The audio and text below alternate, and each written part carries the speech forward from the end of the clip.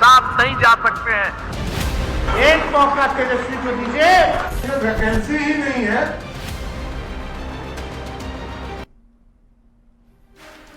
नमस्कार, मैं हूं संतोष गंगवार। आप देख रहे हैं बिहार विधानसभा चुनाव 2025 से जुड़ा सबसे महत्वपूर्ण चुनावी बुलेटिन मुख्यमंत्री। तो चलिए बिना देरी के शुरू करते हैं बिहार का सबसे महत्वपूर्ण चुनावी बुलेटिन मुख्यमंत्री।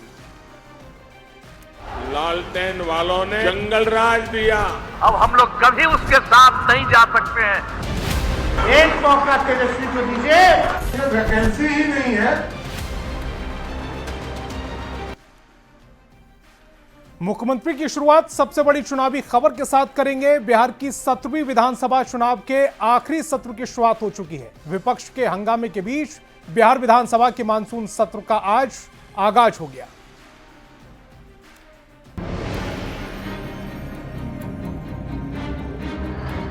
कहते हैं अंत भला तो सब भला, पर बिहार विधानसभा में अंत हो या आरंभ, हंगामा हमेशा होता है।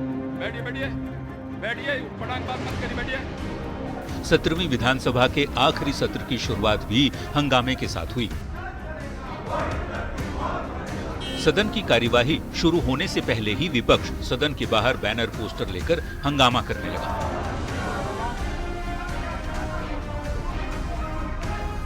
तो सदन के भीतर भी मतदाता पुनरीक्षण के मुद्दे पर जोरदार हंगामा हुआ। क्राइम कंट्रोल को लेकर नारेबाजी हुई। असदुद्दीन ओवैसी की पार्टी AIMIM के विधायक तो हंगामा करते हुए वेल तक भी पहुंच गए।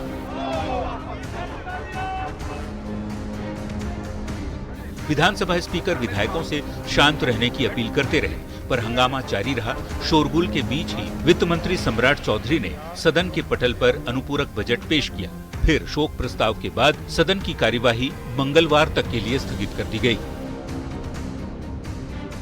अब सभा की बैठक मंगलवार दिनांक 22 जुलाई 2025 को 11 बजे पूर्वाह्न तक के लिए स्थगित की जाती है। सोमवार को शुरू हुए इस सत्र में सरकार 12 अहम विधेयक पेश करेगी, जिनमें 4 मूल और 8 संशोधन विधेयक शामिल हैं।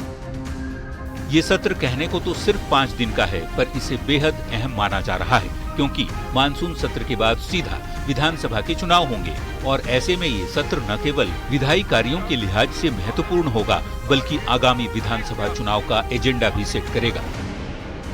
पटना से संवाददाता शैलेंद्र और अमित कुमार के साथ ब्यूरो रिपोर्ट, न्यूज़ 18। मुख्यमंत्री में बढ़ेंगे आगे। नीतीश कुमार एनडीए का नेतृत्व करने वाले हैं, ये गठबंधन में शामिल हर दल कह रहा है। पर इस बीच RLM के राष्ट्रीय अध्यक्ष उपेंद्र कुशवाहा ने सीएम नीतीश को एक ऐसी सलाह दे दी जिस पर सियासत गर्मा गई।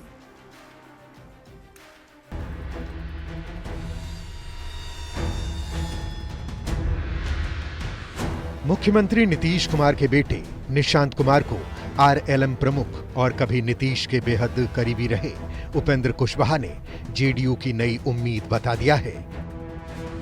उपेंद्र कुशवाहा ने निशांत कुमार के जन्मदिन पर एक्स पोस्ट के जरिए उन्हें बधाई दी और साथ ही सीएम नीतीश से एक आग्रह भी कर डाला। कुशवाहा ने लिखा, नीतीश कुमार जी से अति विनम्र आग्रह है कि अब सरकार और पार्टी दोनों का संचालन स्वयं उनके लिए भी उचित नहीं है। सरकार चलाने का उनका लंबा अनुभव है, जिसका लाभ राज्य को आगे भी मिलता रहे। यह फिलहाल राज्य के हित में अति आवश्यक है, परंतु पार्टी की जवाबदेही के हस्तांतरण के विषय पर समय रहते ठोस फैसला ले लें, यही उनके दल के हित में है। जनता दल यूनाइटेड के जो कार्यकर्ता हैं और जो समर्थक जनता है, उसके मन की भावना को हमने अपना शब्द दिया है, बाकी हमने कुछ नहीं। कुशवाहा की तरह ही पूर्व मुख्यमंत्री राबड़ी देवी भी निशांत के राजनीति में आने की वकालत कर रही हैं। मैडम इस्तीफा देना चाहिए सीएम को, जिस तरीके से ना दे, वो अपने बेटा का बना दे, लोगों मुंह आ रहा है ना, अपने बेटा को बना दे, बेटा के बना दे, बेटा को बना दे, बेटा संभालेगा। अरे नीचे करना हुआ है बेटा। बीजेपी ने निशांत के राजनीति में आने की संभावना को जेडीयू का आंतरिक मामला बताया, तो जेडीयू ने इस फैसले को निशांत और नीतीश कुमार का निजी मामला करार दिया। निशांत जी पढ़े लिखे युवा हैं, इंजीनियर हैं, सादगी से भरा हुआ जो बिहार पसंद करता है जिस तरह के नेता को, वो उनमें गुण है। बाकी उनके पार्टी का ये आंतरिक मामला है। हमारे पार्टी के राष्ट्रीय अध्यक्ष श्री नीतीश कुमार जी को और किसी को भी, वो राजनीति में कोई व्यक्ति आएगा उसके क्या प्रोफेशन होंगे, ये बिल्कुल उनका वो अधिकार होता है, ये किसी का कॉन्स्टिट्यूशनल अधिकार होता है, कोई किसी को इसमें नहीं रोक सकता है। परिवारवाद पर प्रहार करने वाले नीतीश कुमार के बेटे निशांत के राजनीति में आने की चर्चा रह रह कर सुलग रही है। ये चर्चा चरितार्थ होती है या नहीं, ये तो आने वाले समय में ही पता चलेगा। न्यूज 18 के लिए पटना से संवाददाता आनंद अमृतराज के साथ संजय कुमार की रिपोर्ट। मुख्यमंत्री में बढ़ेंगे आगे और बात करेंगे तेज प्रताप यादव की नई टीम की। लालू प्रसाद के बड़े बेटे तेज प्रताप यादव पार्टी से बाहर निकाले जाने के बाद अब एक नई टीम बना चुके हैं। उन्होंने इसके लिए एक सोशल मीडिया पेज भी बना लिया है और अब इस पर सियासत शुरू हो गई है।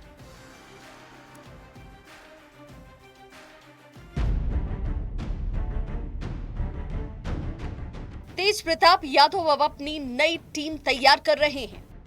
पिता की बनाई पार्टी आरजेडी से 6 साल के लिए निकाले जाने के बाद अब तेज प्रताप यादव ने अपना नया मोर्चा खोला है। तेज प्रताप यादव ने एक सोशल मीडिया पेज लॉन्च किया है और लोगों से उससे जुड़ने की अपील कर रहे हैं। नमस्कार, मैं तेज प्रताप यादव। मैं फेसबुक जो हमारा नया टीम तेज प्रताप यादव जो हमारा प्रोफाइल बना है, उस पर ज्यादा से ज्यादा जुड़ने के लिए हमारे पेज को फेसबुक पे जाकर के सर्च करें, प्रोफाइल को सर्च करें, टीम तेज प्रताप यादव के नाम से प्रोफाइल आपको। इसी सोशल मीडिया पर साझा की गई तस्वीर की वजह से फसाद में फंसे तेज प्रताप यादव अब इसी के सहारे अपनी राजनीतिक वापसी की राह तलाश रहे हैं।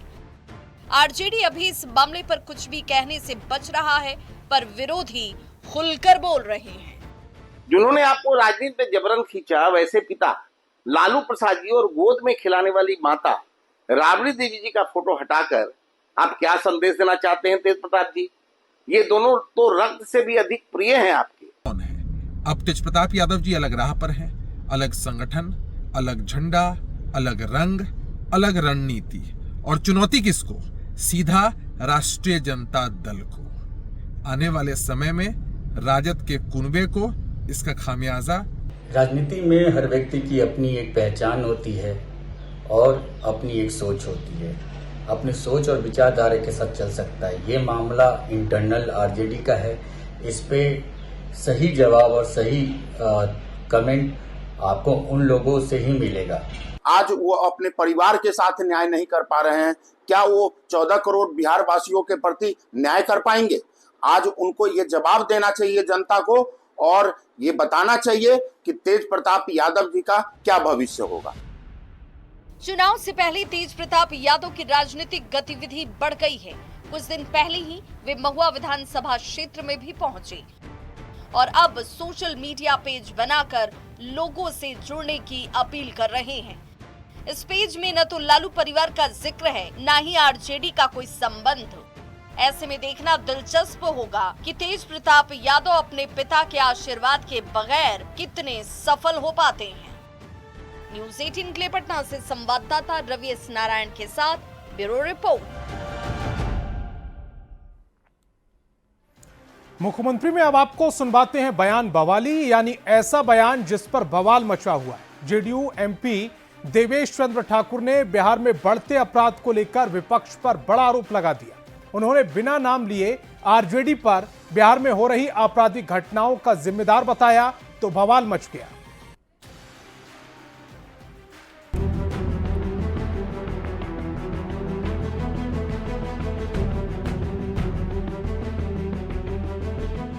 चुनाव से पहले बिहार में क्राइम कंट्रोल बड़ा मुद्दा बना हुआ है। विपक्ष सरकार पर चौतरफा हमले कर रहा है, लॉ एंड ऑर्डर पर सवाल उठा रहा है और इसी बीच सरकार में शामिल जेडीयू के सांसद देवेश चंद्र ठाकुर ने बढ़ रही आपराधिक घटनाओं का जिम्मेदार विपक्ष को ही बता दिया है।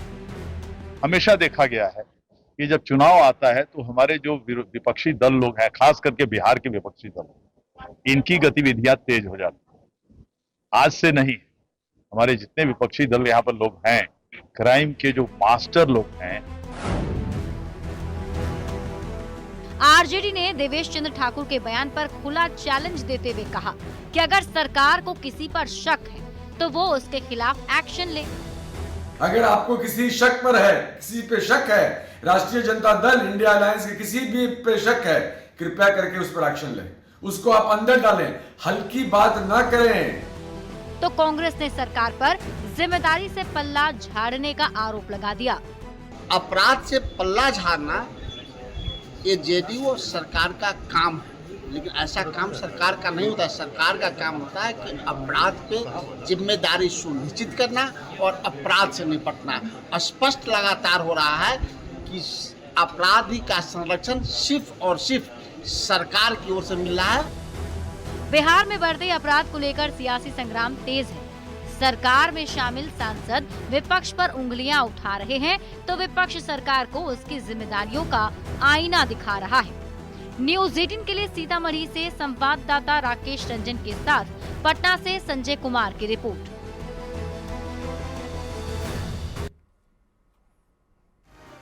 मुख्यमंत्री में अब आपको दिखाते हैं चुनावी वायरल, यानी ऐसी तस्वीर जो चुनावी मौसम में वायरल हो रही है। सावन में हर कोई बाबा भोलेनाथ की भक्ति में लीन है। सीएम नीतीश कुमार के बेटे निशांत कुमार भी अपने जन्मदिन के मौके पर बाबा भोलेनाथ की भक्ति में डूबे नजर आए। आपकी स्क्रीन पर अब जो तस्वीर नजर आ रही है उसे आप देखिए। निशांत शिवलिंग की पूजा कर रहे हैं, जलाभिषेक कर रहे हैं। यह तस्वीर रविवार की है जब मुख्यमंत्री नीतीश कुमार के बेटे निशांत कुमार भगवान शिव की पूजा के लिए मंदिर पहुंचे थे।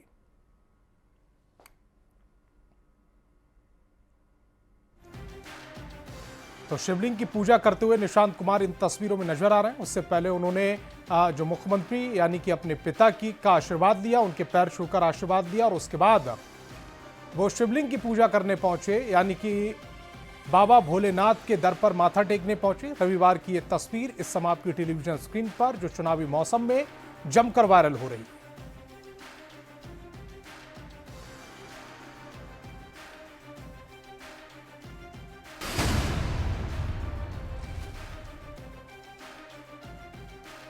मुख्यमंत्री में अब वक्त है एक रोचक चुनावी जानकारी का। क्या आप जानते हैं कि इस वक्त बिहार विधानसभा का कौन सा कार्यकाल चल रहा है? फिलहाल बिहार विधानसभा का 17वां कार्यकाल जारी है और 17वीं विधानसभा के अंतिम सत्र की शुरुआत भी हो गई। 18वीं विधानसभा के लिए अक्टूबर नवंबर में चुनाव होंगे। मौजूदा विधानसभा का कार्यकाल 22 नवंबर 2025 को समाप्त हो रहा है। चुनाव 2 या 3 चरण में संपन्न हो सकते हैं। फिलहाल निर्वाचन आयोग ने तारीखों की आधिकारिक घोषणा नहीं की है। पिछले विधानसभा चुनाव अक्टूबर नवंबर 2020 में हुए थे। उस चुनाव के बाद राष्ट्रीय जनतांत्रिक गठबंधन एनडीए ने राज्य में सरकार बनाई और नीतीश कुमार मुख्यमंत्री बने। बाद में अगस्त 2022 में नीतीश कुमार ने जनता दल यूनाइटेड का एनडीए से गठबंधन तोड़कर राष्ट्रीय जनता दल यानी कि आरजेडी के नेतृत्व वाले महागठबंधन के साथ सरकार बना ली। इसके बाद जनवरी 2024 में नीतीश कुमार ने फिर से राजद से गठबंधन तोड़कर भाजपा के नेतृत्व वाली एनडीए के साथ मिलकर सरकार बना ली। चलिए अब तेज रफ्तार में देख लेते हैं चुनाव से जुड़ी 25 खबरें। चुनाव 25।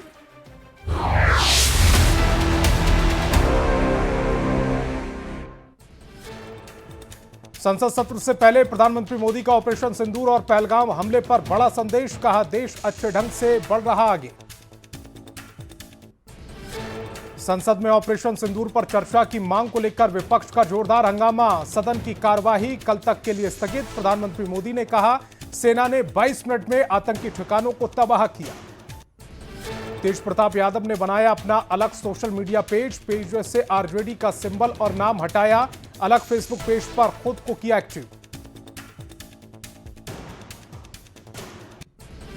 अयोध्या की तर्ज पर विकसित होगा सीतामढ़ी का पुनौरा धाम। 8 अगस्त को माता जानकी मंदिर का गृह मंत्री अमित शाह और सीएम नीतीश कुमार करेंगे शिलान्यास।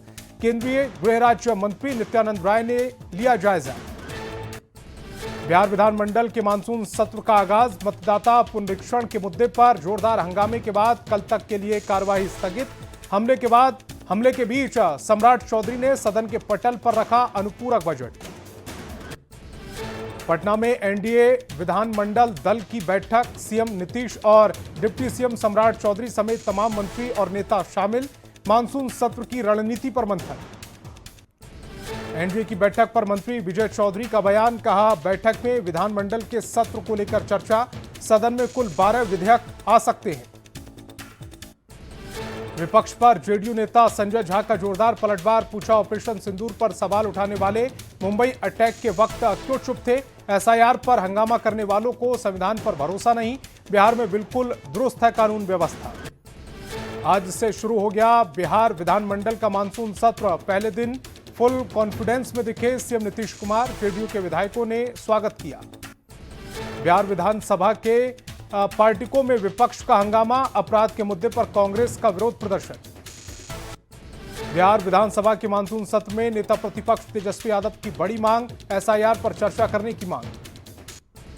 एसआईआर को लेकर तेजस्वी को जेडीयू प्रवक्ता नीरज कुमार का जवाब, कहा तेजस्वी यादव एसआईआर समेत जो मुद्दा उठाएं उसका जवाब सरकार देगी।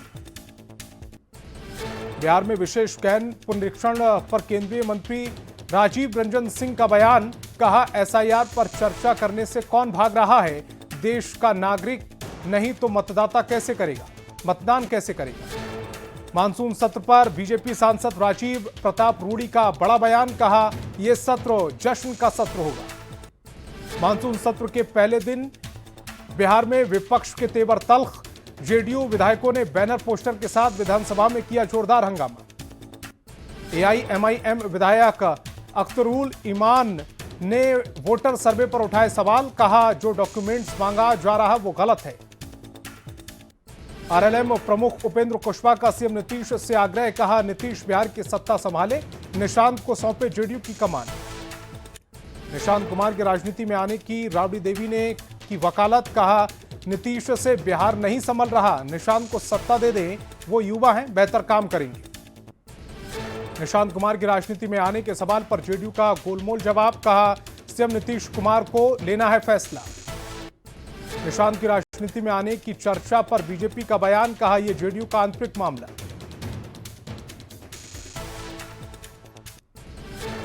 उपेंद्र कुशवाहा के बयान पर चिराग पासवान का जवाब, कहा किसी पार्टी में दूसरे की दखल की जरूरत नहीं होती, सीएम नीतीश हर फैसला लेने के लिए पूरी तरह से सक्षम। बिहार कांग्रेस प्रभारी कृष्णा लावरू का बीजेपी पर बड़ा आरोप, कहा दिल्ली से बीजेपी बिहार सरकार को चला रही। कृष्णा लावरू के आरोप पर सत्ता पक्ष के जेडीयू का पलटवार, कहा मुखौटा सरकार चलाना कांग्रेस की पुरानी संस्कृति। तो इस बुलेटिन में फिलहाल इतना ही।